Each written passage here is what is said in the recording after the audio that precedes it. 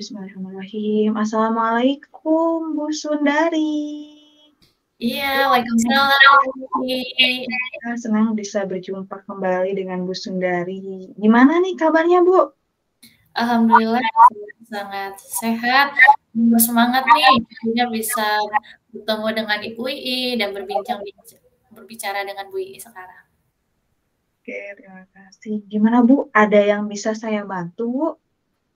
Nah, tepat sekali waktunya Ibu Ii. Memang sekarang ini saya memiliki masalah, namun saya ini bingung ingin berbicara kepada siapa. Nah, sekarang saya bertemu dengan Ibu Ii dan saya ingin nih berbicara tentang keluh kesah saya. Nah, saya ini ada masalah di kelas.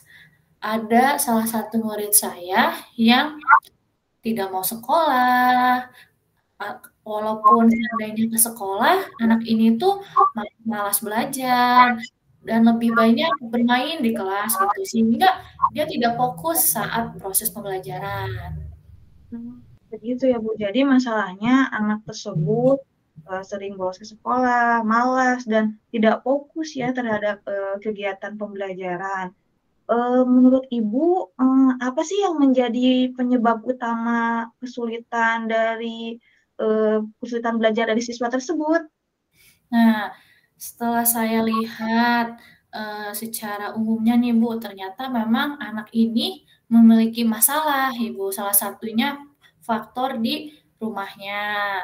Ternyata orang tuanya ini mungkin mendidik anak tersebut terlalu disiplin ataupun bisa dikatakan dengan terlalu keras, yang mana ketika anak ini melakukan kesalahan ataupun tidak sesuai dengan kehendak orang tua, maka orang tua akan menghukum anak ini. Sehingga mungkin di sekolah anak ini mungkin merasa terbebani dengan pikiran yang ada di rumah, jadinya di kelas anak-anak tersebut ya tidak fokus belajar, hanya ingin bermain dengan temannya. Oh iya, berarti tanda-tanda penyebab kesulitan belajarnya itu sudah Ibu temukan ya. Salah satunya adalah penyebabnya itu kondisi di rumahnya, orang tuanya yang terlalu mendisiplinkan peserta didiknya. Terlalu mendisiplinkan anaknya sehingga berdampak ke fokusan di sekolah ya Bu ya. Nah, Betul Ibu eh, Iwi. ada nggak Bu faktor lain yang mungkin mempengaruhi gitu kesulitan belajarnya selain dari tadi faktor dari rumah gitu? Nah, betul Bu Ii. Setelah saya melihat dari faktor yang di rumah ini, akhirnya saya mencari lagi nih faktor yang lain karena pastinya permasalahan anak ini tidak hanya satu, pasti ada beberapa.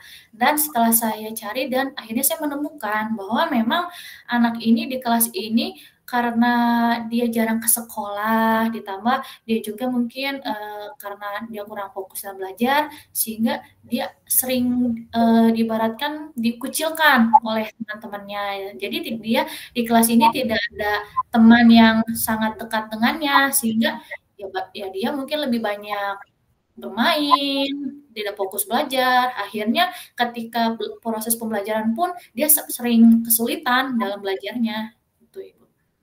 Baik, begitu ya Bu ya. Kemudian dari beberapa faktor tersebut, kira-kira apa sih langkah-langkah Ibu yang akan Ibu lakukan gitu untuk mengatasi kesulitan belajar siswa gitu?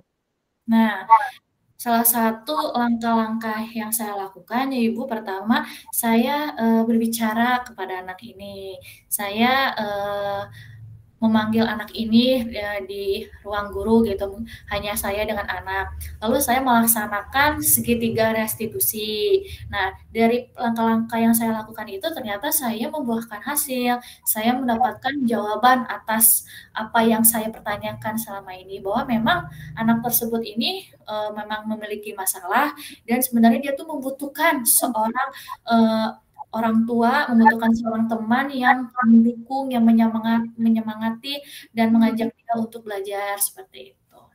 Wah, baik sekali Ibu. Berarti Ibu sudah menerapkan kegiatan dengan menggunakan segitiga restitusi ya Bu, sehingga bisa menghasilkan anak yang mungkin nantinya akan lebih percaya diri lagi ya Bu ya? Iya, betul Ibu. Ya, saya harap mudahan anak saya bisa lebih baik lagi dengan menggunakan langkah-langkah segitiga restitusi. Baiklah, Ibu. Kemudian, Bu, ada nggak sumber daya yang Ibu butuhkan untuk melaksanakan rencana tersebut, Bu? Apa saja kira-kira nih? Nah, dalam prosesnya untuk membuat langkah-langkah ini berjalan dengan baik, pastinya ibu saya membutuhkan sumber daya. Nah, salah satunya ini adalah orang tua dari anak tersebut, karena mau tidak mau keluarga merupakan pendidikan pertama dan utama bagi seorang anak, sehingga saya harus ikut berkolaborasi, mengajak orang tua berbincang dengan nyaman gitu agar yang mana orang tua ini paham dan tahu tentang permasalahan-permasalahan yang dihadapi oleh anaknya. Lalu saya juga akan memberikan arahan atau bimbingan kepada orang tua dan memberikan nilai-nilai yang mana ini yang harus yang bisa diterapkan oleh orang tua dan yang juga nilai-nilai yang memang tidak nilai-nilai yang kurang baik yang tidak harus diterapkan oleh orang tua seperti itu. Wah, iya luar biasa, baik sekali. Berarti, adanya juga kolaborasi ya, Bu, ya, kepada bersama orang tua terkait dengan, bagaimana parenting terhadap anak ya, Bu. Nah, Iya, betul. kira-kira, Bu, nih, dari angka 1 sampai 10 menurut Ibu seberapa berhasilnya sih, seberapa tingkat keberhasilannya, kegiatan atau metode yang sudah dilaksanakan oleh Ibu?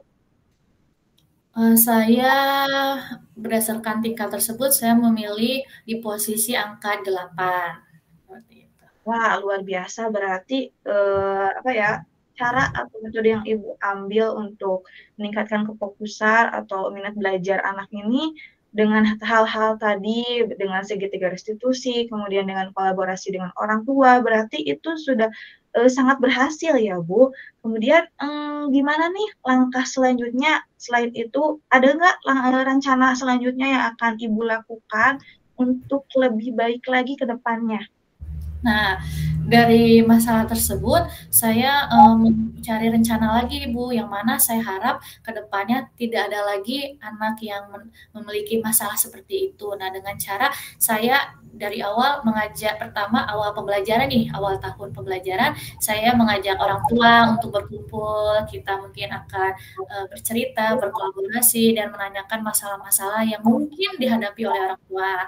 Nah, selain itu di kelas ketika saya bertemu dengan murid-murid saya ini juga saya juga akan saling bercerita, bercerita anak bercerita kepada saya tentang permasalahan-permasalahannya di rumah, lalu mungkin juga bisa kita melakukan kesepakatan bersama, keyakinan bersama yang mana dari keyakinan-keyakinan itu bisa menjadi nilai-nilai yang baik dan bisa diterapkan untuk kehidupan anak-anak seperti itu. Oke, baik. Berarti sudah ada komitmen dari dalam diri Ibu ya untuk, kegiatan pembelajaran lebih baik lagi dengan, beberapa cara atau tindakan tadi. Nah, gimana Bu,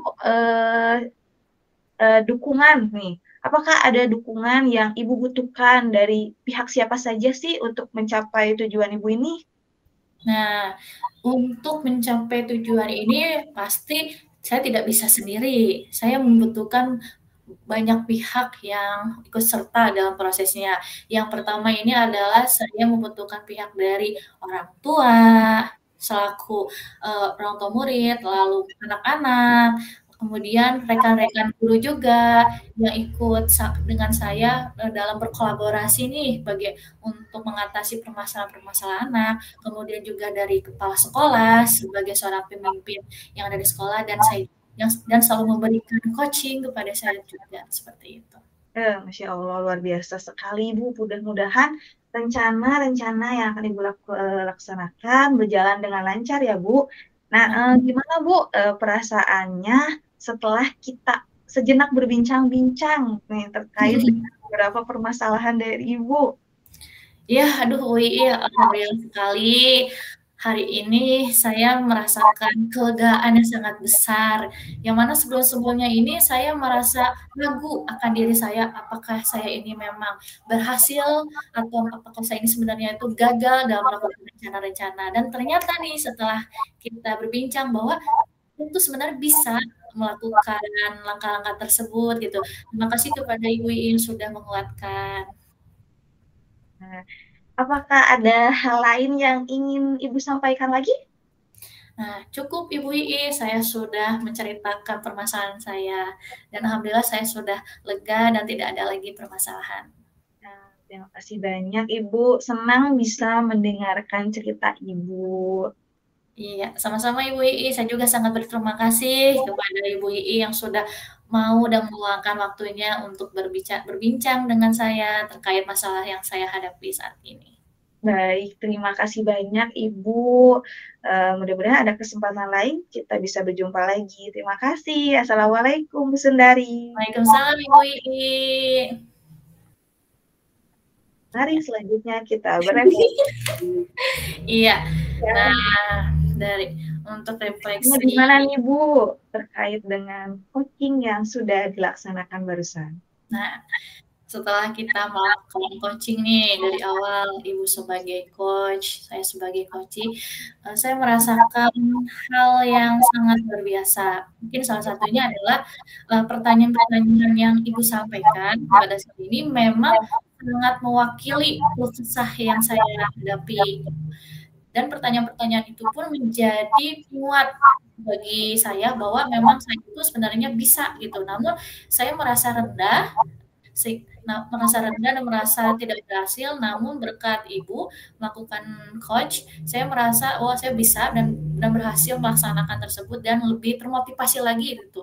Kedepannya bisa menjadi lebih baik lagi seperti itu. Oh, Masya Allah luar biasa. Mudah-mudahan kegiatan coaching hari ini Ya, bisa bermanfaat untuk kegiatan pembelajaran ke depannya. Oke, terima kasih Bu Sundari. sama-sama Ibu Ii.